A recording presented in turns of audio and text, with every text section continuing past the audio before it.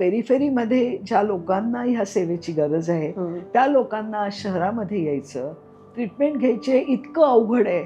तुम्ही विचार करून बघा सगळेजण, ज्यांचं पुण्यामध्ये नातेवाईक नाही, ज्यांचं घर नाही, त्यांनी पुण्यात येऊन कशी ट्रीटमेंट घ्यायची. ती एक तर महाग पण पडते. त्यामुळे डॉक्टरला सहिष्णुता पाहिजे, सहनशीलता पाहिजे, त्याच्यानंतर त्याला धैर्य पाहिजे, त्याच्याकडे संयम पाहिजे, त्याच्याकडे एक ऑर्गनायझेशन कपॅसिटी पाहिजे. म्हणजे सगळ्या लोकांना बरोबर घेऊन काम करायची तयारी पाहिजे, प्रामाणिक पाहिजे. आमचं म्हणणं असं आहे की योजनेचा आणि नंबर ऑफ बेडचा संबंध काय. मग पुढे एजंट येतात, मॅडम 20 ते 30 करून देतो ना, माझं काय ते बोला. हॉस्पिटल म्हटल्यावर काहीतरी घडणारच. पण हॉस्पिटलमध्ये मिसॅप झाला तर ती संपूर्ण चूक ही त्या डॉक्टरची असते असं गृहीत धरलं जातं. आणि त्या अनुषंगाने पेशंटचे नातेवाईक, पोलीस, अमुक तमुक दंगे करता आपण रोजच बघतोय. जेव्हा एक कॉर्पोरेट हॉस्पिटल शहरामध्ये येतं तर सरकार असं काही करू शकतं का? तसंच कॉर्पोरेट हॉस्पिटल हे एका खेडेगावात पण त्यांनी काढलं पाहिजे. रसिक मोहिनी. हॅलो, नमस्कार. रसिका तितुका मेळवावा अर्थात रसिका मोहिनीच्या या नवीन पॉडकास्टमध्ये मी भाग्यश्री देसाई आपल्या सगळ्यांचं मनापासून स्वागत करते. रसिका मोहिनी चॅनलवर आपण हे जे पॉडकास्ट करतो ते तुम्हाला आवडतात, तुम्ही बघता, तुम्ही त्याच्यावर कॉमेंटही करता, त्याकरता मनापासून धन्यवाद. एक छोटीशी विनंती आहे, रसिका मोहिनी चॅनलला सुद्धा सबस्क्राईब करा आणि शेजारी बेल आयकन जे असेल ते प्रेस करा, म्हणजे त्याचं नोटिफिकेशन नवीन व्हिडिओचं तुमच्यापर्यंत येईल आणि तुम्हाला त्याचा आनंदही घेता येईल. त्याचबरोबर आम्हालाही तुमच्यासारखे छान सबस्क्रायबर्स मिळाले की खूप आनंद होईल. त्याचबरोबर फेसबुक आणि इन्स्टाला पण नक्की फॉलो करा. चला तर मग आपण मागच्या भागावरून आता पुन्हा विद्याशी संवाद साधतोय. हॉस्पिटल विद्या दौंड. येस. आणि तू DMAची अध्यक्ष, एक पहिली महिला अध्यक्ष म्हणून पण आहेस. तर हे DMA म्हणजे काय आणि तो अनुभव तुझा कसा होता सगळा? आमच्याकडे दौंडमध्ये सर्व पॅथीचे डॉक्टर मिळून आमची एक दौंड मेडिकल असोसिएशन असते की ज्याच्यामध्ये जेंट्स असतात, लेडीज असतात, BHMS डॉक्टर आहेत, BAMS आहेत, अजून युनानी असतात, MD आहेत, MS आहेत, गायनेक आहेत, पेडियाट्रिशियन आहेत, हे सगळं आहेत. आता दौंडमध्ये सगळ्या प्रतीचे टोटल डॉक्टर्स किती आहेत दौंडमध्ये? जवळजवळ 300च्या वर आहे. बरं. हो, आता सगळं झालं. मी जो तुला मागे काळ सांगितला की लहान मुलांच्यासाठी आम्हाला ट्रीटमेंट आहे, तर ज्या दिवशी पहिला पेडियाट्रिशियन दौंडमध्ये आला त्या दिवशी आम्ही लहान बाळ बघणं बंद केलं. कारण की आमचं कर्तव्य संपलं होतं. आम्ही जे करत होतो ते फक्त कर्तव्यापोटी करत होतो. त्या दिवशी सासऱ्यांना हात जोडून विनंती केली, आता तुम्ही लहान बाळाच्या डॉक्टरांकडे पाठवायचा, आमचा रोल संपला. तर आता भरपूर डॉक्टर्स आहेत आणि आपली संस्कृती हीच पुरुष प्रधान आहे. दौंडसारख्या खेडेगावामध्ये एखादी महिला ही दौंड मेडिकल असोसिएशनची अध्यक्ष होणं हा माझ्यासाठी आनंदाचा पण क्षण होता, पण त्याचबरोबर जबाबदारी पण होती. आणि माझा जो जीवनातला जो हेतू होता की शहरामध्ये लोकांना जे मिळत नाही, जे मिळतंय ते खेडेगावापर्यंत पोहोचवणं. तर हाच रोल मी माझ्या DMAचा अध्यक्षपदी देखील चालू ठेवला. मला प्रचंड साथ त्यावेळेला देखील रवीची मिळाली, माझ्या हॉस्पिटलमधल्या सर्व डॉक्टरांची मिळाली आणि माझ्या जे बरोबर काम करणारे सेक्रेटरी आणि व्हाईस प्रेसिडेंट आणि इतर बॉडी मेंबर्स होते त्यांची पण मिळाली. आणि आम्ही असं ठरवलं काहीतरी चांगलं आणि वेगळं करून दाखवायचं. तर आवर्जून उल्लेख करावा म्हणजे आपल्याला सगळ्यांनाच हे डॉक्टर्स खूप चांगल्या पद्धतीने माहिती आहेत. तर मी दौंड पुण्यातल्या अतिशय चांगल्या आणि नावाजलेल्या डॉक्टरांची व्याख्यानं तिथे ठेवली, त्यांना वेगवेगळ्या विषयावर बोलायला सांगितलं. त्यातनं सगळ्यात आवर्जून मला सांगावं वाटतं की माझ्या विनंतीला मान देऊन आपले सगळ्यांचे लाडके डॉक्टर HV सरदेसाई तिथे येऊन त्यांनी जे काय सुंदर भाषण केलं त्याची दाद अजूनही लोक त्याची आठवण अजूनही काढतात. त्याच्याच बरोबर जगदीश हिरेमठ आले, आपले सगळ्यांचे कन्सल्टंट भरत फाटक की ज्यांचं ज्ञान ह्या इन्व्हेस्टमेंट आणि ह्याच्याबद्दलचं खूप अफाट आहे. ह्या लोकांना मी बोलवलं. त्याच्यानंतर मी एक खूप 8 लोक बोलवून एक परिसंवाद घेतला. त्या परिसंवादाचा विषयच असा होता की त्यावेळेला हे करणं 2008-9 साली हे धाडसाचं होतं. ग्रुप प्रॅक्टिस का इंडिव्हिज्युअल प्रॅक्टिस, श्रेष्ठ कोण किंवा काय आहे?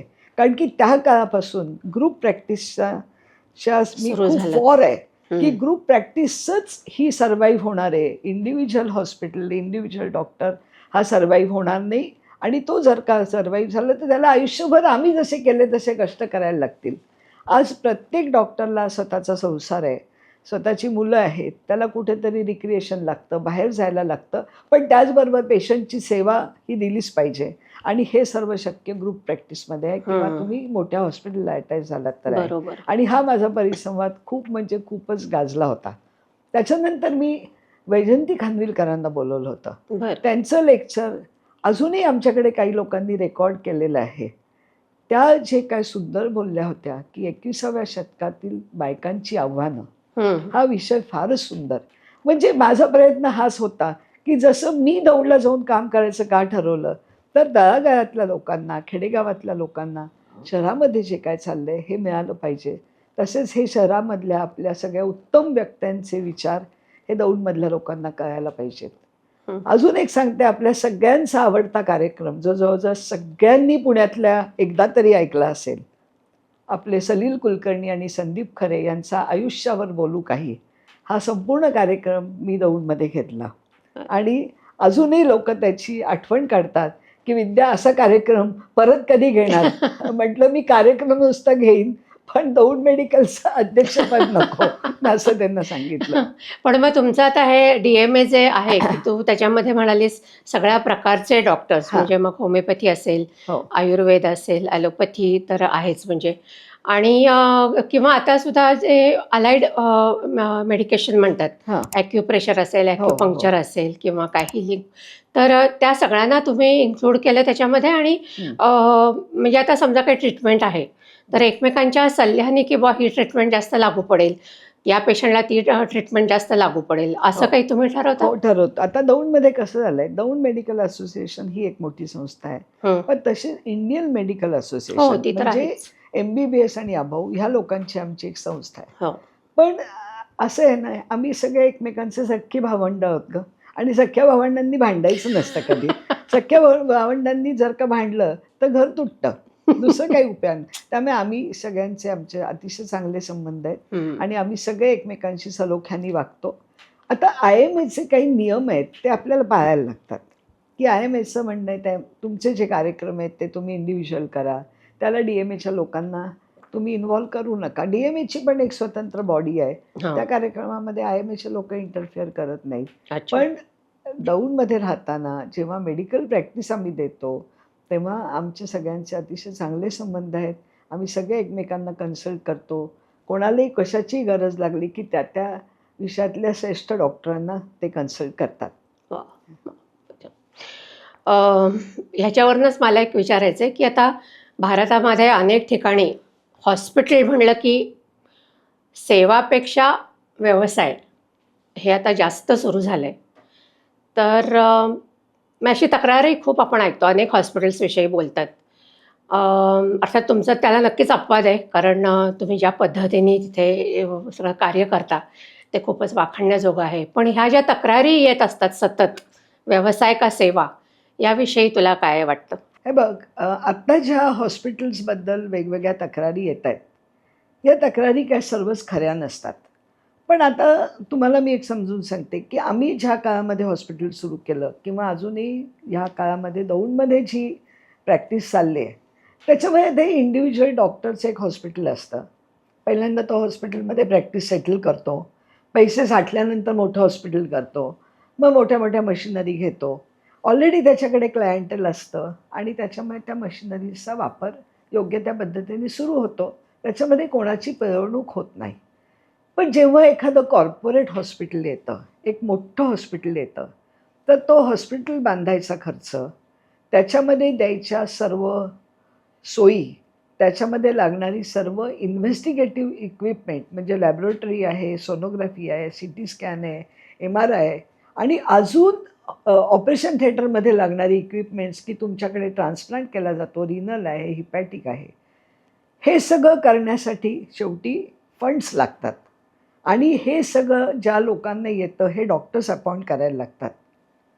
आता हे डॉक्टर्स अपॉइंट होतात, त्या डॉक्टरांना देखील अपॉइंटमेंट देताना काही प्रमाणात डिपॉझिट घ्यायला लागतं, की एवढं तरी डिपॉझिट तुम्ही द्या, आम्ही तुम्हाला एवढ्या सोयी देतोय. हा, आणि हे पेशंटकडनं. नाही, डॉक्टरकडून डॉक्टरकडनं डिपॉझिट. अटॅचमेंट ओ, अटॅचमेंट त्याला बर मिळण्यासाठी. बर, ओके. आज 100 कोटीचं हो. हॉस्पिटल बांधलंय, ज्याच्यामध्ये CT आहे, MRI आहे, लॅबोरेटरी आहे.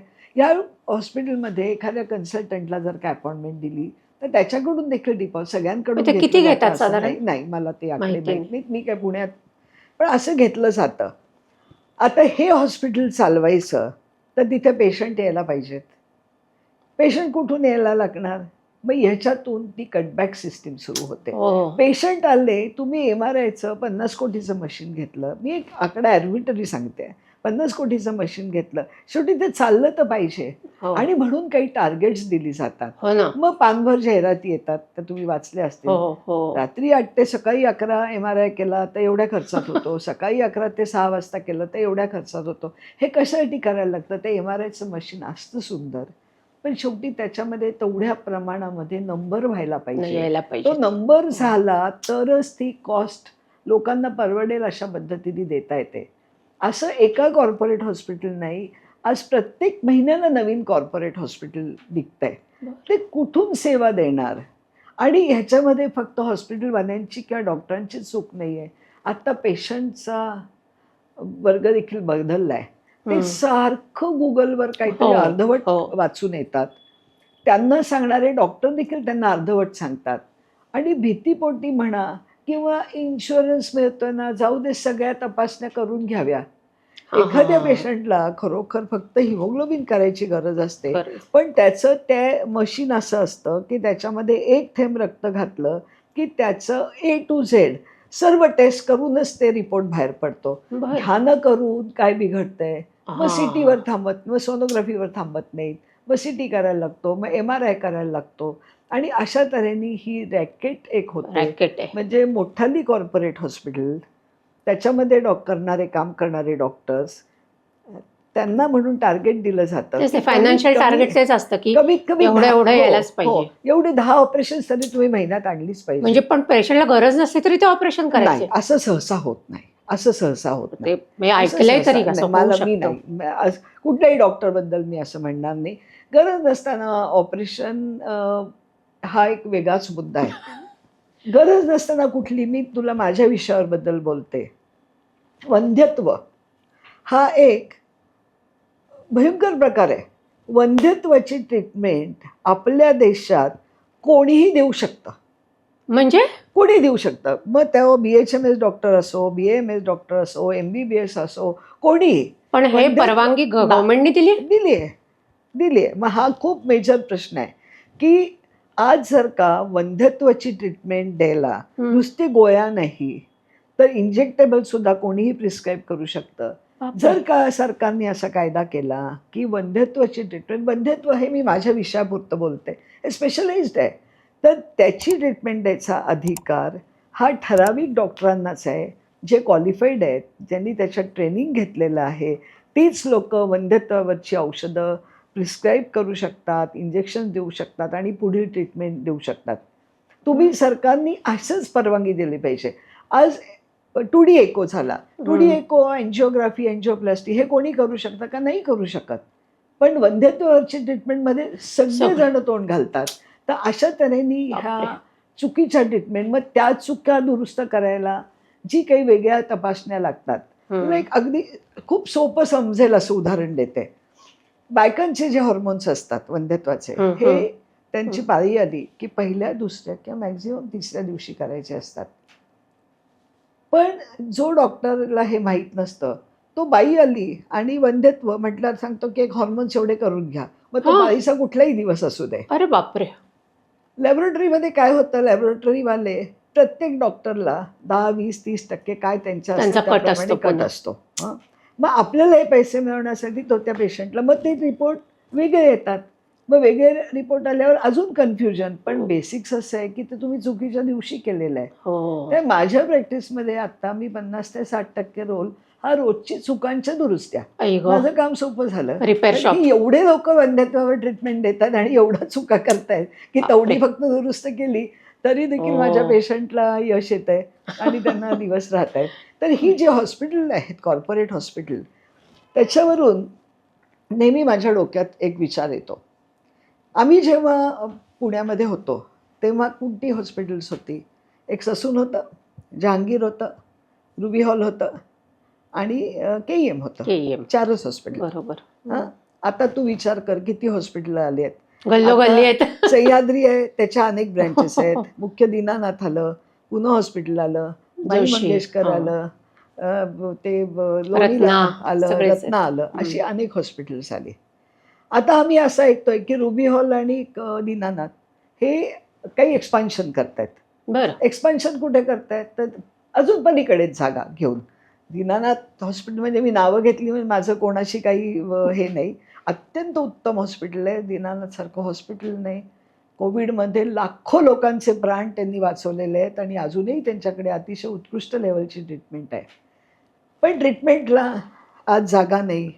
ICU फुल आहे. ऑपरेशनच्या तारखा 1 महिन्यानी मिळतील. हा डॉक्टर भेटत नाही, तो डॉक्टर भेटत नाही. तर एक असा आपण विचार केला, जेव्हा एक कॉर्पोरेट हॉस्पिटल शहरामध्ये येतं तर सरकार असं काही करू शकतं का?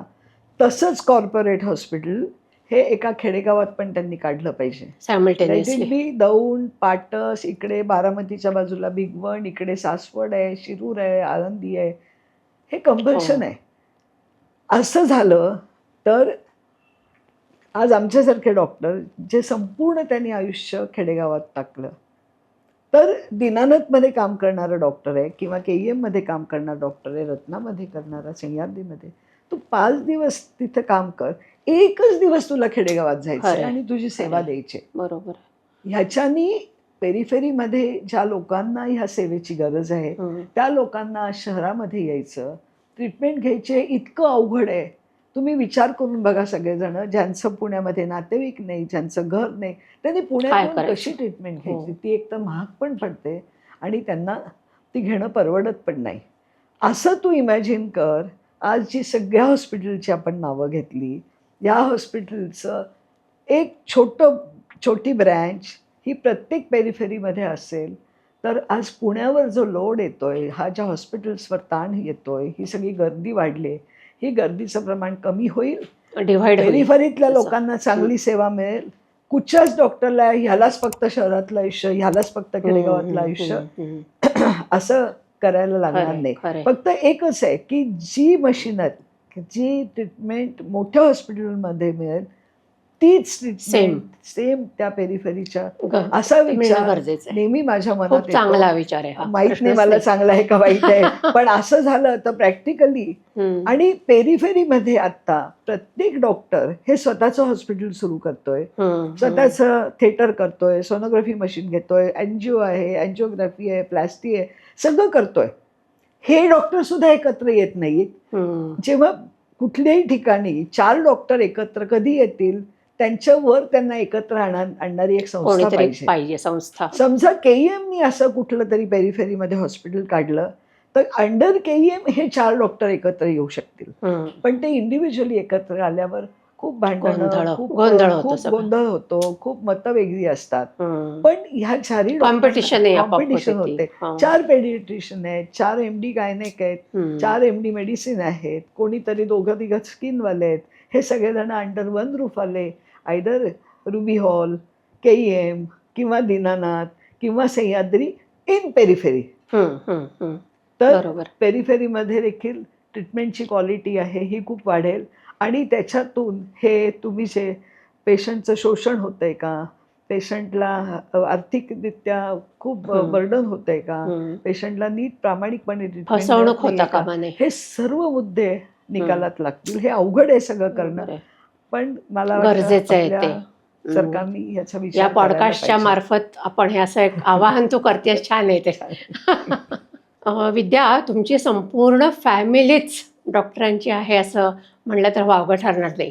म्हणजे तू तर आहेस, रवी आहे, तुझ्या 2 मुली पण डॉक्टर्स आहेत. तर जरा सगळी छान माहिती दे ना आम्हाला. माझ्या फॅमिलीमध्ये रवीचे वडील हे स्वतः डॉक्टर आहेत. ते जुन्या काळातले लहान बाळांचे डॉक्टर होते.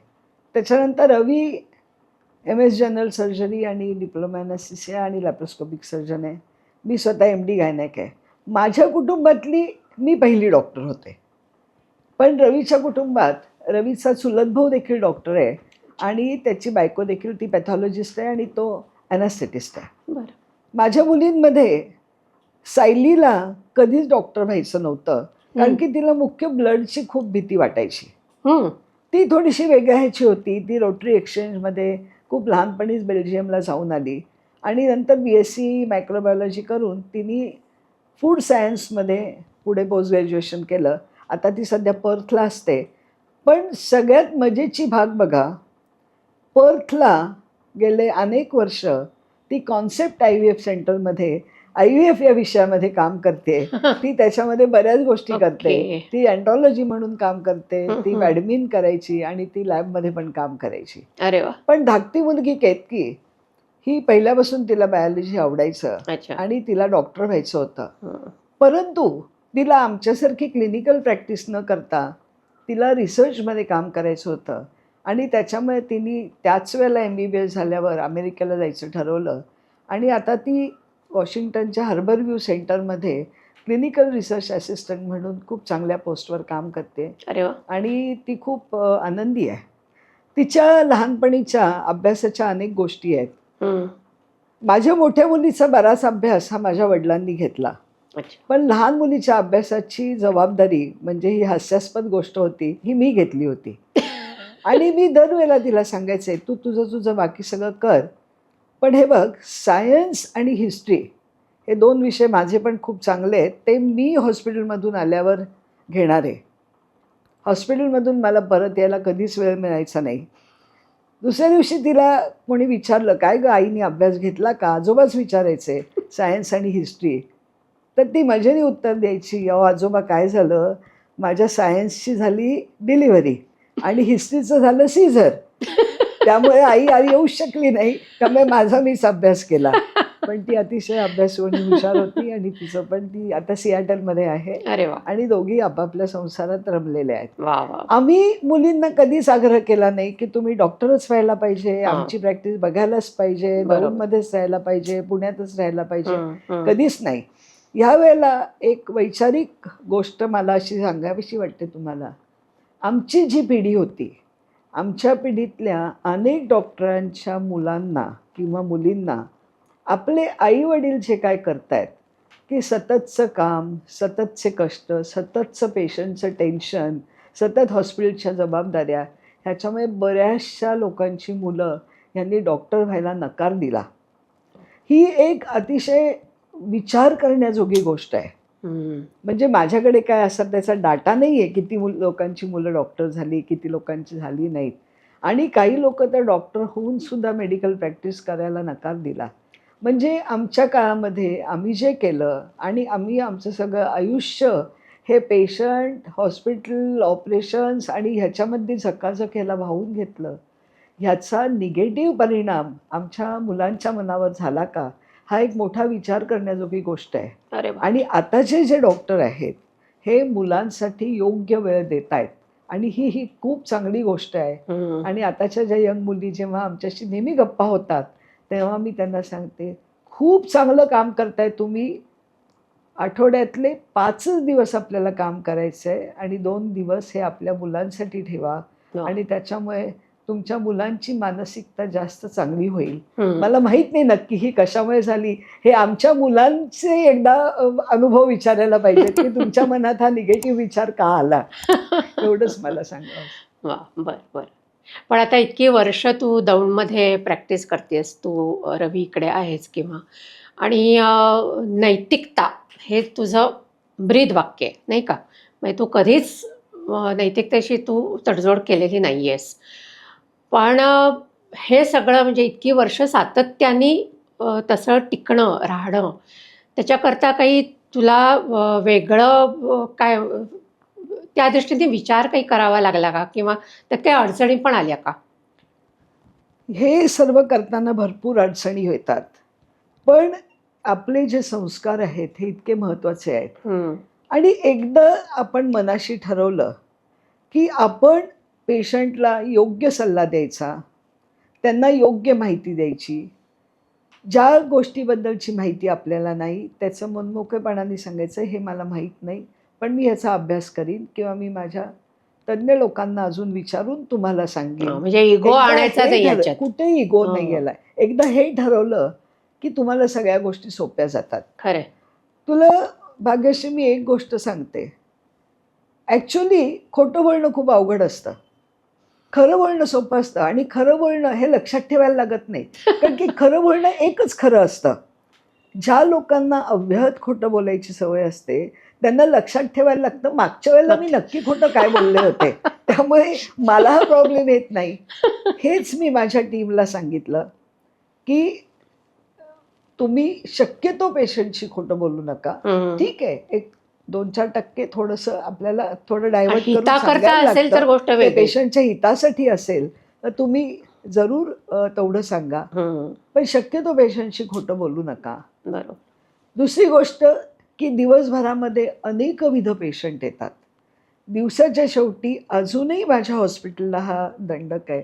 आम्ही शेवटी सगळं काम झालं, अकाउंटिंग झालं, की 10 मिनिटं बसतो. आज दिवसभरामध्ये आपल्याला माहीत नव्हत्या अशा कुठल्या केसेस आल्या, कुठल्या केससाठी आपल्याला काय अभ्यास करायचा आहे, हे घरी जाऊन वाचा. अच्छा, मी अजूनही ते माझ्या चालू आहे. सगळ्या डॉक्टरांना सांगते. आता दुर्दैवाने त्यांच्यातलं कोणी वाचत नाही आणि ते मला सांगतात, "मॅडम ते वाचणं-विचणं ही सगळी कामं तुम्ही करा आणि तुम्ही आम्हाला उद्या समजून सांगा की बापरे! काय करायचं." पण अजूनही मी अशी सवय ठेवलेली आहे, की मी आल्यानंतर तो रेफरन्स बघते. हं. काय नवीन आहे आणि अशा तऱ्हेने नवीन काय चाललेलं आहे, जगात काय चाललंय, याचं आमचं डिस्कशन पण होतं. हां, ते आता महत्वाचं आहे. एक डॉक्टर जर का चांगला व्हायचा असेल, त्याला ज्ञान तर लागतंच त्या विषयाचं. ते ज्ञान घेताना तुमचं ज्ञान हे काय संपूर्ण नसतं. तुम्ही शिकून आल्यावर तुमचं ज्ञान तुम्हाला वृद्धिंगत करायचं असतं. हं. त्याच्यासारख्यासाठी वेगवेगळ्या कॉन्फरन्सेस अटेंड करायला लागतात, CME अटेंड करायला लागतात, वर्कशॉप्सना जायला लागतं. जरूर लागली तर परदेशात जाऊन देखील तुम्हाला ट्रेनिंग घ्यायला लागतं. पण परदेशात जा, ट्रेनिंग घ्या आणि परत आपल्या देशात या आणि तिथं जे कौशल्य तुम्ही शिकलेलं आहात, त्या कौशल्याचा उपयोग आपले आपल्या भारतातले, देशाकरता आपल्या पाहिजे. मायभूमीतले पेशंट बरे करायला करा, असं मला नेहमी वाटतं. बरोबर. पण नुसतं एखादा डॉक्टर आहे, ज्याच्याकडे सगळं कौशल्य आहे, तो सुंदर ऑपरेशन करतो, पण भयंकर रागीट आहे, तर तो यशस्वी होईल का? नाही होणार. एखादा डॉक्टर फक्त ज्ञानी आहे, त्याला सगळं विषयातलं माहिती आहे, पण बाकी काही गुण नाही आहेत, तर तो यशस्वी होईल का? तर मला असं वाटतं, की ज्ञान आणि कौशल्य हे तर पाहिजेत. ते तर बेसिक आपले आधारस्तंभ आहेत. पण त्याच्याचबरोबर डॉक्टरकडे एक सहनशीलता पाहिजे. पेशन्स. त्याला सहिष्णुता पाहिजे.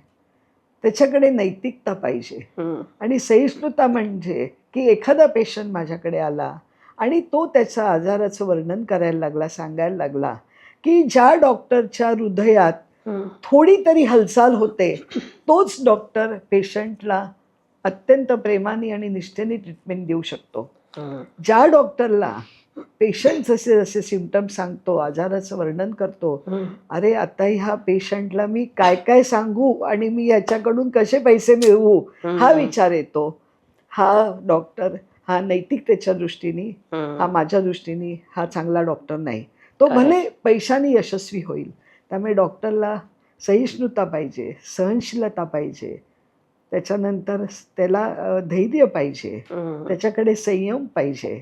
त्याच्याकडे एक ऑर्गनायझेशन कपॅसिटी पाहिजे. हं. म्हणजे सगळ्या लोकांना बरोबर घेऊन काम करायची तयारी पाहिजे. बरोबर. प्रामाणिक पाहिजे हं. आणि हं. कधीही कुठलाही गंभीर प्रसंग झाला, तर त्याला अतिशय समर्थपणे आपण तोंड द्यायची त्याची कपॅसिटी पाहिजे आणि कुठल्याही प्रसंगी कितीही कटू प्रसंग येऊ दे, पेशंट लोकं वेडं-वाकडं बोलले, तरी माझ्या तोंडून किंवा आपल्या तोंडून कधीही अपशब्द बाहेर पडणार नाही.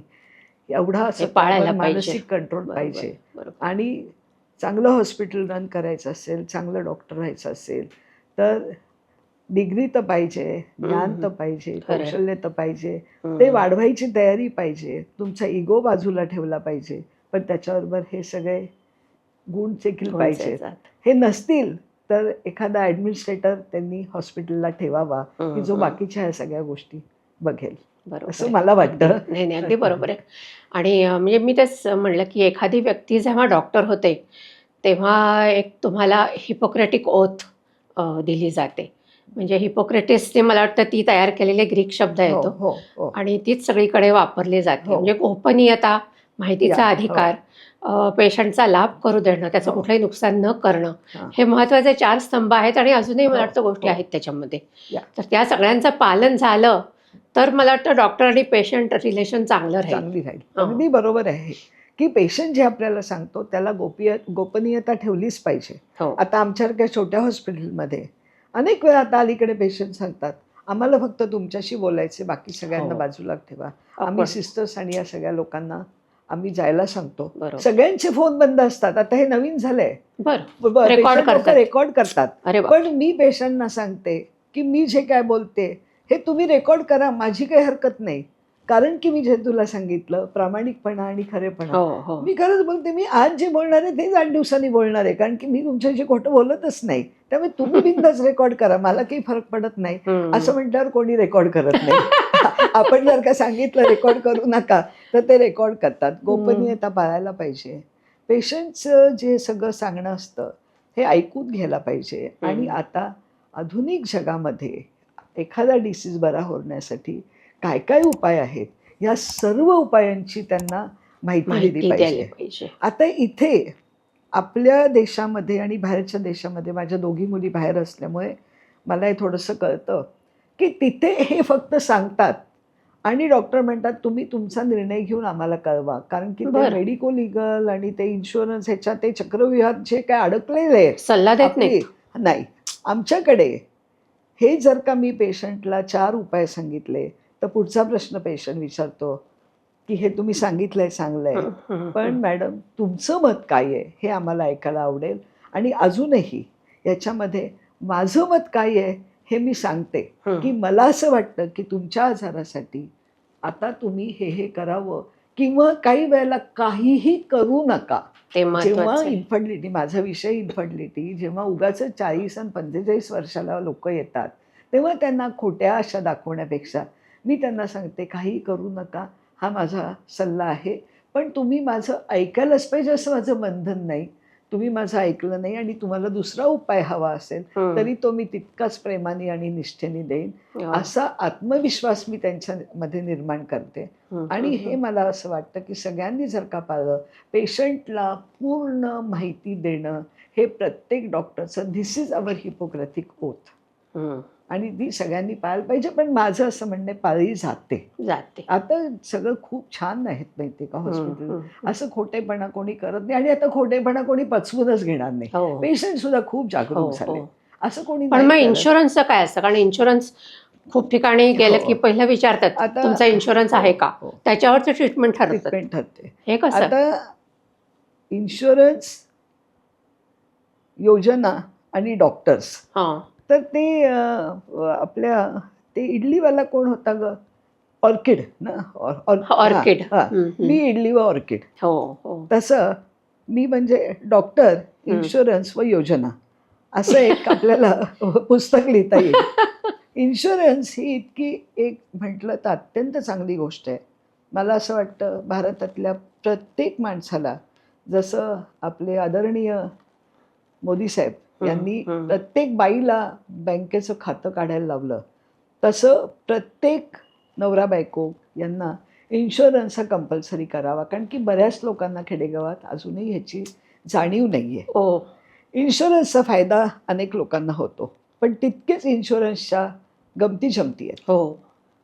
तुम्ही फक्त डे केअरसाठी गेलात, तुम्ही सिटी एनजीओ करून परत आलात तर तुम्हाला इन्शुरन्स मिळत नाही. बरं. पण तुम्ही ॲडमिट झालात तर तुम्हाला इन्शुरन्स मिळतो. हो. हे अजूनही मला न कळलेली गोष्ट आहे. आणि मग आता कुठल्याही सामान्य माणसाला एक 20,000 रुपयापर्यंत खर्च अचानक करायचा आहे, तर तो खिशातून करायचा का मग एक दिवस ॲडमिट व्हायचं? बरं, ते ॲडमिट झालं तरी त्याचं बिल इन्शुरन्स देत आहे हो, आणि हो. मग त्याच्यामध्ये सिटी एनजीओ देखील कव्हर होते. हा एक मी मुद्दा सांगितला. अनेक इन्व्हेस्टिगेटिव्ह फॅसिलिटीज अशा आहेत की त्याच्यामध्ये तुम्ही ॲडमिट झाल्याखेरीज तुम्हाला इन्शुरन्स मिळत नाही. बापरे. पण हा सगळा त्या इन्शुरन्स कंपनीचे हे मुद्दे आहेत. त्यांच्या पण काही अडचणी असतील, मी नाही असं नाही म्हणत, पण हे आम्हाला खूप खटकतं. दुसरी पळवास मग पेशंट मधल्या मध्ये भरडला जातो. नाही, पेशंट भरडला जातो असं नाही, ह्याच्यातून खोटेपणा येतो. ह्याच्यातून पेशंटची ॲडमिशन दाखवली जाते, मग हॉस्पिटलवरचा लोड वाढतो आणि ज्यांना खरंच ॲडमिशनची गरज आहे त्यांना एखाद्याच बेड मिळत नाही. मला असं वाटतं की ह्या गोष्टी महत्त्वाच्या. पेशंटला खोटी का नाही डॉक्टर करणार ना, की ॲडमिशन दाखवली तर माझ्या पेशंटला 20-25 हजार रुपये मिळणार आहेत. मग ॲडमिशन दाखवा आणि ॲडमिशन दाखवून सर्व इन्व्हेस्टिगेशन पण नुसते ॲडमिशन का त्याच्यावर मग ते ट्रीटमेंट पण दाखवायचं, मग काहीतरी दाखवायला लागतं.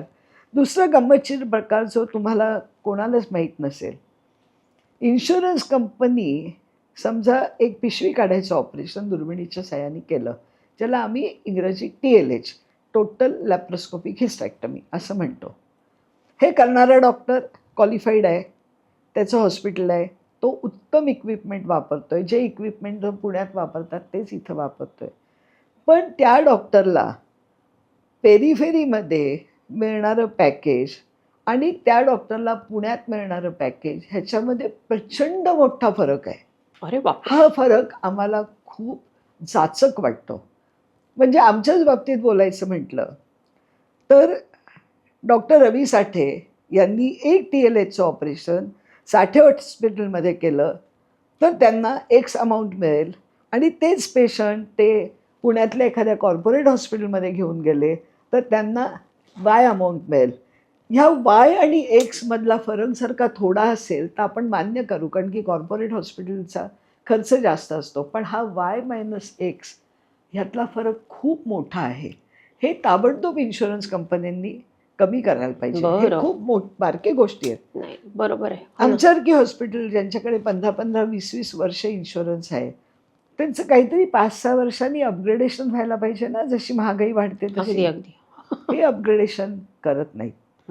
आता चौथा प्रकार म्हणजे जो खूप गंमतशीर आहे, माझ्याकडे नवरा बायको येतात की ज्यांना वंध्यत्वाची ट्रीटमेंट घ्यायची आहे, पण सर्व इन्शुरन्स कंपन्यांना ऑब्स्टेट्रिक्स आणि वंध्यत्व ह्या 2 गोष्टींची ॲलर्जी आहे.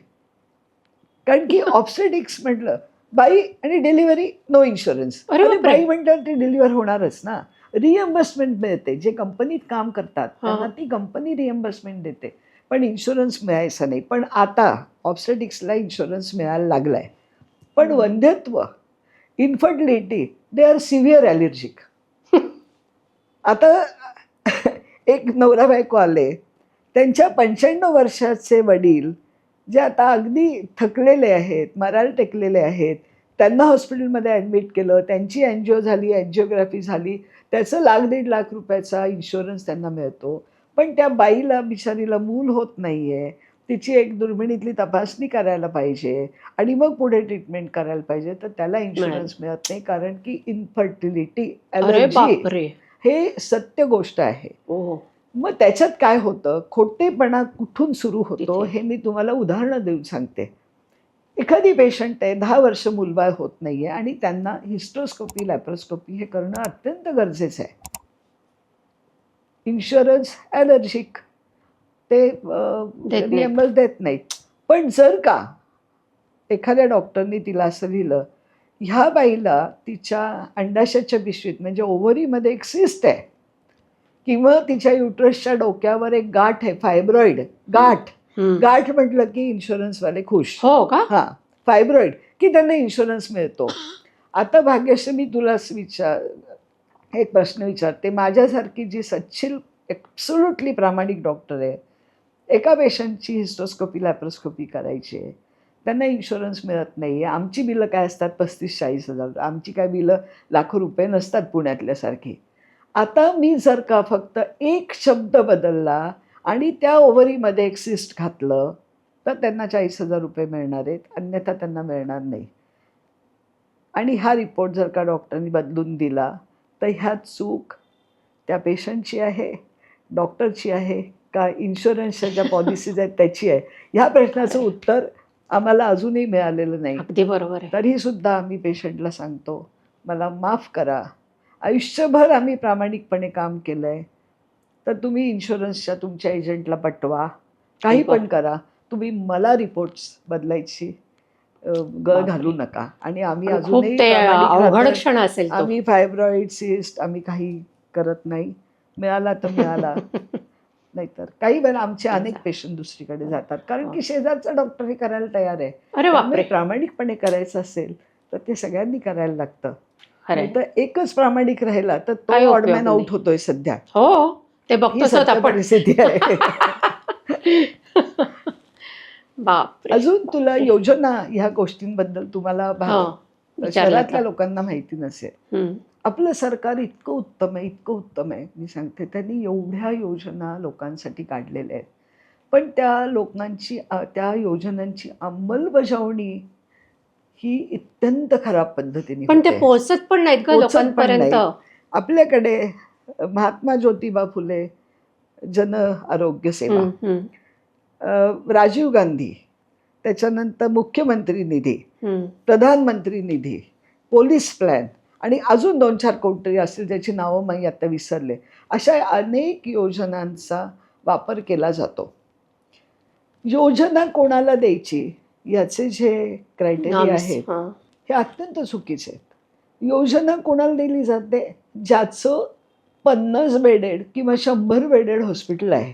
बरं. आता तो नियम काहीतरी त्यांनी 30 बेडवर आणलाय.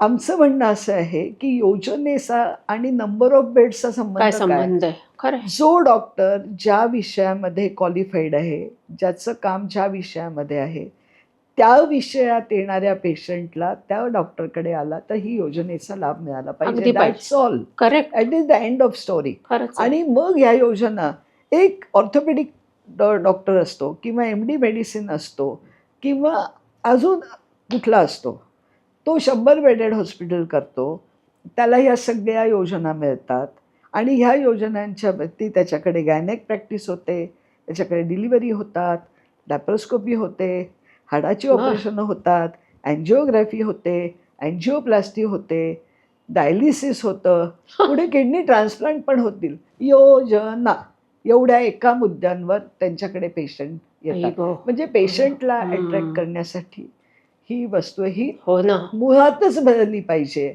गव्हर्नमेंटनी ह्या ज्या योजना आहेत ह्या त्या विषयातल्या तज्ज्ञ डॉक्टरांना त्यांनी ह्या योजना द्यावा. हं. पेशंट ठरवेल मला कुठे जायचं. करेक्ट. एवढी हॉस्पिटल्स आहेत, त्यातल्या कुठल्याही हॉस्पिटलमध्ये तुम्ही जाऊ शकता. आता माझ्याच हॉस्पिटलबद्दल बोलायचं म्हटलं तर इन्फर्टिलिटी, लॅप्रोस्कोपी आणि IVF एवढंच काम आम्ही करतो. IVFच्या कुठल्याही पेशंटला कधीही ॲडमिट करायला लागत नाही. बरं. लॅप्रोस्कोपीचा पेशंट एका दिवसात घरी जातो. ऑप्सेटिक्सचे पेशंट देखील 3-1 दिवसात घरी जातात. मला 50 बेडेड हॉस्पिटल असायची काही गरजच गरज नाहीये. नाही. मला ह्या योजना नकोत असं आम्ही म्हणतो. हं. पण माझं जे 20 बेडेड हॉस्पिटल आहे त्याला ही योजना मिळत नाही. मग पुढे एजंट येतात, मॅडम 20चं 30 करून देतो ना, आई. माझं काय ते बोला. मला नको. अच्छा, म्हणजे हो, अस्तित्वात हो, हो, नसताना हो, 20 सगळं, 30 सगळं, करायचं. सगळं. हो, मी 20चं 30 तुम्हाला करून देतो, म्हणजे बापरे. सगळ्या योजना तुम्हाला मिळतील. असेच इन्शुरन्सचे देखील खूप एजंट आहेत. ह्या विषयावर आपण आता इथेच थांबूया. पण मुख्य मुद्दा मला जो काय पॉडकास्टच्या निमित्ताने सांगायचा आहे, हं. योजना ह्या डॉक्टरची डिग्री, डॉक्टरचा अनुभव, डॉक्टरचं काम, त्याचं हॉस्पिटल वेल इक्विप्ड आहे की नाही आणि तो कुठल्या विषयात काम करतो, हं. त्या विषयातल्या पेशंटसाठी ही योजना त्या डॉक्टरला मिळाली पाहिजे. म्हणजे गायनॅक, ऑब्स्टेटिक्स, इन्फर्टिलिटीसाठी तुम्ही दौंडमध्ये 3 हॉस्पिटल्स निवडा. पेशंट ठरवेल कोणाकडे जायचं. पेशंट काय बरोबर. साठे मॅडमकडे जायचं असं नाही म्हणणार, दुसऱ्या डॉक्टरांकडे जाईल. हं, हं. मेडिसिनसाठी तुम्ही 3 हॉस्पिटल, हाडाच्यासाठी तुम्ही 3 द्या, अजून कुठले असेल ते डिसीजेस तर त्याच्यासाठी तुम्ही 3 द्या. असं तो डॉक्टर ज्याच्यामध्ये स्पेशलायझेशन आहे त्याच्यामध्येच त्याला योजना मिळाली पाहिजे असं अगदी मला प्रामाणिकपणे वाटतं. नाही, अगदी खरंच म्हणजे खूपच महत्वाचा विषय आहे. हो. आणि हा हा. आपल्या आणि हा माहित पॉडकास्टच्या नसतो. मार्फत आणि हा शहरातल्या लोकांना माहिती नसतो. काय मी पण पहिल्यांदा ऐकते सगळं. मलाही माहित नव्हतं. हो. खूप छान. म्हणजे तुझ्याकडनं इतकी सुंदर माहिती आता ही मिळतेय खरोखर. चालेल. आता आपण बऱ्यापैकी शेवटाकडे येतोय. हा. तर मला सांग, आता तुम्ही तर बरेच सिनियर आहात ते सगळे डॉक्टर्स, पण आता जे नवीन डॉक्टर्स येत आहेत आपल्याकडे, तर त्यांच्या करता तुझा एक मोलाचा सल्ला काय असेल? आता नवीन खूपच डॉक्टर्स येत आहेत. त्यांना सल्ला देण्या इतकी काही मी मोठी नाही असं मला वाटतं. पण तरीसुद्धा त्यांना जर का सांगावंसं वाटलं तर, की फक्त पैसे मिळवण्यासाठी काम करू नका. आत्ताचे जे डॉक्टर आहेत त्यांचा कल हा हं. काम कमी, कष्ट कमी आणि पैसे जास्त ह्याच्याकडे हो. होतोय. याचं उदाहरण म्हणजे आमच्या ज्या गायनेक ऑब्स्टेटिक्स करणाऱ्या डॉक्टर आहेत, त्या प्रॅक्टिसच्या सुरुवातीला डे 1ला ठरवतात, की मी डिलिव्हरी वगैरे करणार नाही. मी बरं. फक्त इन्फर्टिलिटी आणि लॅप्रोस्कोपी करणार. कारण की डिलिव्हरी म्हणजे वेळी अवेळी जागरण आलं, हां. ते टेन्शन आलं, कधी पहाटे सिझर करायला लागतं, पहाटे डिलिव्हरी करायला लागते. ही अशी मेंटॅलिटी का होतीये का याचा होते? आपण विचार करायला पाहिजे. खरं आहे. पण नवीन डॉक्टरांना मी असं म्हणेन, की तुम्हाला जो विषय आवडतोय, त्याचं भरपूर ज्ञान घ्या. त्याचं ज्ञान परिपूर्ण करा. तुम्हाला ज्या मार्गाने ते ज्ञान मिळवता येईल, ते सगळे मार्ग निवडा. त्याला थोडा कालावधी लागेल, तो कालावधी द्या. बाहेरच्या देशात जाऊन पण शिका आणि इथे येऊन ते काम करा. पण जे काय कराल, ते अत्यंत सद्भावनेने, हं. सहिष्णुतेने आणि फक्त पेशंटकडून कसे पैसे काढता येतील ह्याचा विचार न करता, की थोडंसं जेव्हा आपण डॉक्टर होतो, तेव्हा आपल्यावर ही एक सामाजिक बांधिलकी आहे, ह्याचा विचार करा. त्याच्यावर असा एक विषय निघालेला आहे, की समजा एखाद्या हॉस्पिटलमध्ये काही मिसहॅप झाला. आता हॉस्पिटल म्हटल्यावर काहीतरी घडणारच. होणारच. पण हॉस्पिटलमध्ये मिसहॅप झाला, तर ती संपूर्ण चूक ही त्या डॉक्टरची असते, असं गृहीत धरलं जातं हो. आणि त्या अनुषंगाने पेशंटचे नातेवाईक, पोलीस, अमुक-तमुक दंगेकरता आपण रोजच बघतोच. बघतोय हे. खरं आहे, खरं आहे. आता एखाद्या माणसाने रस्ता बांधला आणि 6 महिन्यानंतर पावसामध्ये त्या रस्त्यावर 10 खड्डे पडले.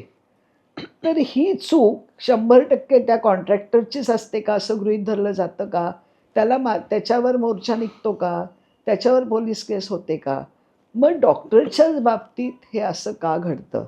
ह्याचा समाजाने विचार केला पाहिजे. आणि डॉक्टर हा पण माणूस आहे. सहसा चूक होतच नाही. पण काही वेळेला पेशंटची बॉडी एखाद्यास कशी रिस्पॉन्ड करेल, हे सांगता येत नाही. प्रत्येकाची फिजिओलॉजी, प्रत्येकाची एनाटॉमी ही वेगळी आहे. त्यामुळे कधी कुठला मिसहॅप झाला, हं. तर डॉक्टरांना जो त्रास होतो, हा त्रास कमी करण्याची जबाबदारी समाजाने आणि सरकारने उचललीच पाहिजे. तरच नवीन डॉक्टर अजून निष्ठेने, अजून प्रामाणिकपणे आणि अजून कर्तव्यनिष्ठ राहून आपल्या देशात राहूनच काम करतील, असं मला वाटतं. वाह! आता अगदीच. जाता-जाता तुला 2 प्रसंग सांगते. आपण ज्यांना मदत करतो, ह्या मदतीचा उपयोग आपल्या संकटाच्या वेळेला नेहमी आपल्याला होतो.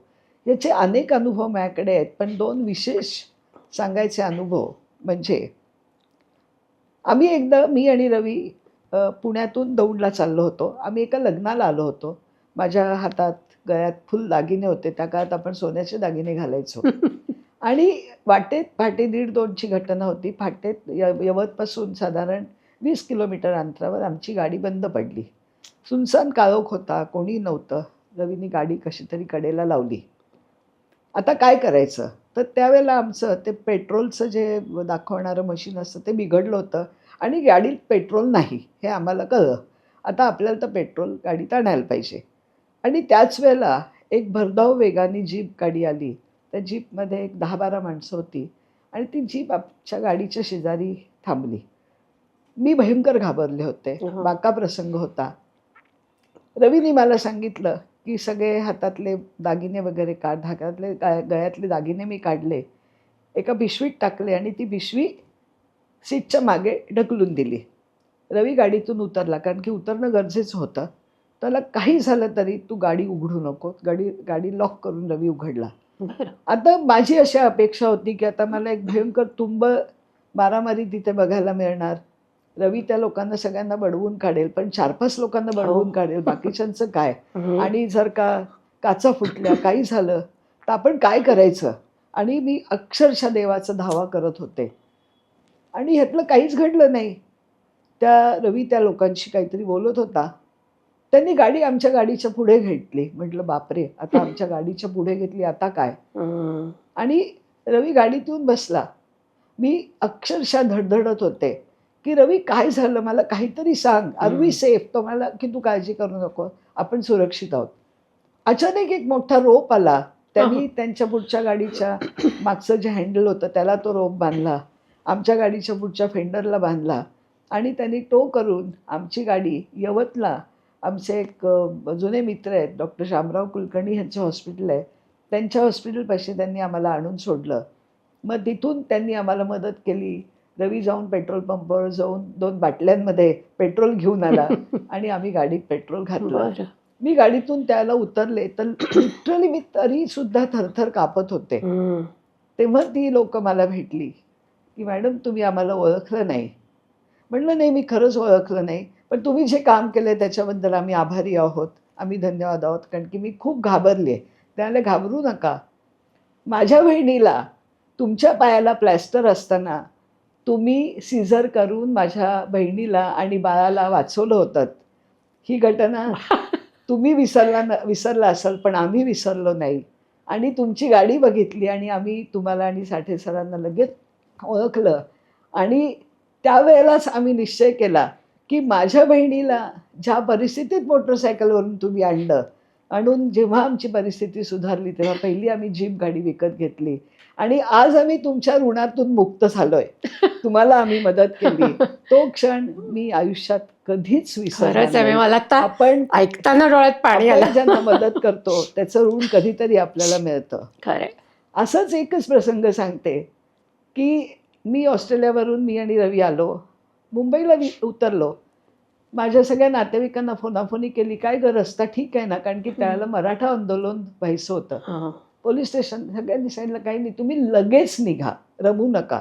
म्हणून लिटरली बॉम्बे एअरपोर्टवरून फक्त एक पाण्याची बाटली आमच्याकडे होती. काही न घेता आम्ही आमची गाडी आम्ही ठरवली ते आम्ही निघालो आणि फसलो. वोकाड हॉस्पिटलमध्ये आल्यावर पहिलं थांबायला लागलं, कारण की सगळा रस्ता बंद होता. आमच्या समोर तुफान हाणामारी चालू होती. जीप गाड्या थांबलेल्या होत्या. एक जीप गाडी पेटवलेली होती. लोक टोमॅटो फेकत होते, बाटल्या फेकत होते. तो गाडीचा ड्रायव्हर तर भयंकर घाबरला होता. त्यांनी कडेला गाडी लावली. त्यावेळेला देखील आम्ही एकदम आमचं इमर्जन्सी मॅनेज करायची इतकी सवय होती. म्हटलं रवी पटकन उत्तर, आजूबाजूच्या दुकानांमधून जे मिळते ते खायला घेऊन ये गाडीमध्ये. असं म्हणून रवी उतरेपर्यंत सर्व दुकानं बंद झाली. मग आम्ही वोकाड हॉस्पिटलमध्ये मागच्या दाराने घुसलो. तिथला कॅन्टीनवाला मनुष्य इतका चांगला होता. त्यांनी आम्हाला एक प्लेटभर पोहे खायला दिले आणि तुम्हाला जे आहे फ्रीजमध्ये ते घेऊन उतरा, कारण की हे काही सुटणार नाही. 2-2.5 तास आम्ही तिथे थांबलो. बापरे. मग ते सगळं सुटलं आणि आम्ही पनवेलपाशी आलो. पनवेलपाशी तर मोठा बंद होता आणि तिथून बाहेर पडायला काही मार्ग नव्हता. आता काय करायचं. पण माझ्याकडे पनवेल पोलीस स्टेशनचा नंबर होता. एका आमच्या पेशंटच्या संदर्भात एक खूप मोठं प्रकरण झालं होतं आणि त्या काळात पनवेल पोलीस स्टेशन आणि ते पेशंट आणि आम्ही असा आमचा खूप वेळा संवाद होऊन आम्ही त्या आमच्या पेशंटला आणि पनवेल पोलीस स्टेशनवरच्या पोलिसांना प्रचंड मदत केली होती. ते मला आठवलं. माझ्याकडे नंबर होता. पनवेल पोलीस स्टेशनला फोन लावला. काय असं त्या माणसाने ओळखलं, कारण त्याच्याकडे माझं नाव रजिस्टर्ड होतं. त्याला काय झालं डॉक्टर. म्हटलं आम्ही असेच अडकलोय, आम्हाला काही झालं तरी पोचायला पाहिजे, आम्ही ऑस्ट्रेलियातून प्रवास करून आलोय. त्याला थांबा, मी 5 मिनिटात तुम्हाला फोन करतो. त्यांनी त्याचा एक सहाय्यक शिपाई आणला आणि त्यांनी सांगितलं कोणाशी बोलू नका, काही नका. आणि त्यांनी एक भयंकर मार्ग आम्हाला दाखवला. हा मार्ग सगळे लोक जिथे जात होते त्याच्यापेक्षा उलटा होता. तो अत्यंत खडबडीचा रस्ता होता. मोठे मोठे दगड होते, अडथळे होते. गाडीचा ड्रायव्हर म्हणाला साहेब मी काही ह्याच्यातून गाडी चालवणार नाही. रवी त्याला म्हणाला तू शेजारी बस, मी गाडी चालवतो. त्याची इनोवा. आणि त्या अत्यंत अशा खडकाळ मार्गातून आम्ही एका रस्त्याला लागलो आणि तिथून पुढचा सगळा रस्ता रिकामा होता आणि त्या रस्त्याने भरधाव वेगात आम्ही सेकंड टोलला आलो. आम्ही सेकंड टोलला आल्यानंतर तिकडची माणसं एखादं भूत बघावं असं आमच्या समोर बघत होती. तुम्ही आलात कसे. आम्ही काही बोललो नाही, कारण की त्या पोलिसांनी सांगितलं कोणाशी काही बोलू बोलायचंच नका, नाही. तुम्ही निघा मॅडम ह्या मार्गाने. बापरे, आणि आम्ही तिथून पुण्यापर्यंत पोहोचलो. त्या पोलीस थरारक स्टेशनला फोन करून सांगितलं थँक्यू व्हेरी मच. थरारक अनुभव आहे. बापरे. अशाच एक थँक्यू वरून एक घटना सांगते की मी हं. खूप टेस्ट ट्यूब बेबीचे पेशंट केलेत. त्यातली काही गोष्टी म्हणजे एकाच घरातले काका आणि पुतणे हं. यांची मुलं एकाचं ॲक्सिडेंटनी आणि एकाच्या ब्रेन ट्यूमरनी गेलेल्या. तो दोघांचंही IVF करून मी त्यांना मूल दिलं. बरं. एक पेशंट माझ्याकडे जी पुण्यात अनेक ठिकाणी ट्रीटमेंट घेत होती, ते नवरा बायको मूकबधीर होते हं. आणि त्यांचं IVF करायला लागणार होतं टेस्ट ट्यूब बेबी. ती टेस्ट ट्यूब बेबी मी केलं. त्या बाईला प्रेग्नन्सी राहिली. तिला इतका आनंद झाला, पण आता ती बोलणार कशी आहे? तिने माझ्या केबिनमधला एक कागद घेतला, एक पेन घेतलं, आम्हाला काही कळेच ना करते काय. फक्त एकच शब्द लिहिला, थँक्यू. Great, great, great. पण मग मला फक्त एक त्याच्यातनं विचारायचं आहे, की आता तू म्हणालीस मूकबधीर हे जे समजा कपल असेल, तर त्यांची मुलं तशीच होतात का काय म्हणजे नाही, नॉर्मल आहे? जेनेटिक टेस्ट आपण काही करू शकत नाही. पण ह्या बाळं मोठी झाल्यावर आमचं त्यांचे हिअरिंग टेस्टसाठी मी मुद्दामून KM ला पाठवलं होतं. Both babies are normal. क्या बात आहे, क्या बात आहे. असे वा. मूकबधीर, डोळ्यांनी दिसत नाही असे आंधळे, ह्या लोकांची ट्रीटमेंट देताना म्हणजे मी तुला जे सांगितलं खेडेगावात का प्रॅक्टिस, मला एक नॅचरल कणव आहे या लोकांबद्दल, नॅचरल आपुलकी आहे की यांच्यासाठी करायलाच करायला पाहिजे. पाहिजे. मी कुठलं आर्थिक शोषण त्यांचं करणार आहे? करूच शकत नाही. त्यांना फक्त बाळ देणं. पण तो थँक्यू म्हणून माझा तो सुद्धा सगळ्यात thank you महत्वाचा आहे. तुम्हाला. थँक्यू. मी सुद्धा म्हणते खूप छान आणि इतकी सुंदर, इतकी छान आणि इतके सुंदर तू अनुभव सांगितलेस. Thank you आणि very much. पुन्हा एकदा रसिक तुमचं सर्व टीम, भाग्यश्री तुझं येस. मनपूर्वक अभिनंदन की कुठेतरी हे बोलायची संधी अगदी मला अगदी अगदी. दिलीस. नाही आपण नक्कीच खूप छान होईल आहे आणि तू वेळात वेळ काढून दौंडवरनं ऑल द वे आलीस. खूप छान वाटलं. रसिका मोहिनी आणि संपूर्ण टीमकडून तुझं खूप खूप आभार त्याकरता. विद्या, आपल्या रसिका मोहिनीच्या पॉडकास्टला जे गेस्ट येतात ना, त्यांच्याकरता जागृती एंटरप्राइजेस म्हणून एक शॉप आहे, तर ते गिफ्ट्स देतात तुम्हाला द्यायला. तर हे त्यांच्याकडनं एक छोटंसं गिफ्ट आहे आणि त्याचं Thank you very gift much. Shoppe आहे ती. ऍक्च्युली गिफ्ट द्यायची काही गरज नव्हती, पण ते- मी त्याचा काहीतरी सदुपयोग येस करेन. Yes yes. थँक्यू ते व्हेरी मच. त्यांच्याकडनं आलेलं आहे. पुन्हा So- एकदा भाग्यश्री तुझं मनपूर्वक आभार थँक्यू की सो मला ही मच. संधी दिलीस म्हणून. चालेल. खूप छान वाटलं, खूप छान वाटलं. जरा वेगळा विषय होता. हो. आज गायनेकोलॉजिस्ट डॉक्टर विद्या साठे यांच्याकडनं अतिशय उपयोगी माहिती आपल्या सगळ्यांना मिळालेली आहे. तर माझी विनंती आहे की ज्या स्त्रियांना या पॉडकास्टची गरज आहे, गायनेकोलॉजी संबंधात माहिती पाहिजे, त्यांच्यापर्यंत हा व्हिडिओ नक्की पोचवा. सगळ्यांच्या हा खूप उपयोगाचा होणार आहे. तर रसिका हो, आजचा हा पॉडकास्ट तुम्हाला कसा वाटला हे नक्की आम्हाला कॉमेंटमध्ये ऐकायला आवडेल. आणि पुढच्या शनिवारपर्यंत असेच मस्त राहा, आनंदात राहा. भेटूया एका नवीन माहितीसह, एका नवीन व्यक्तीबरोबर. धन्यवाद.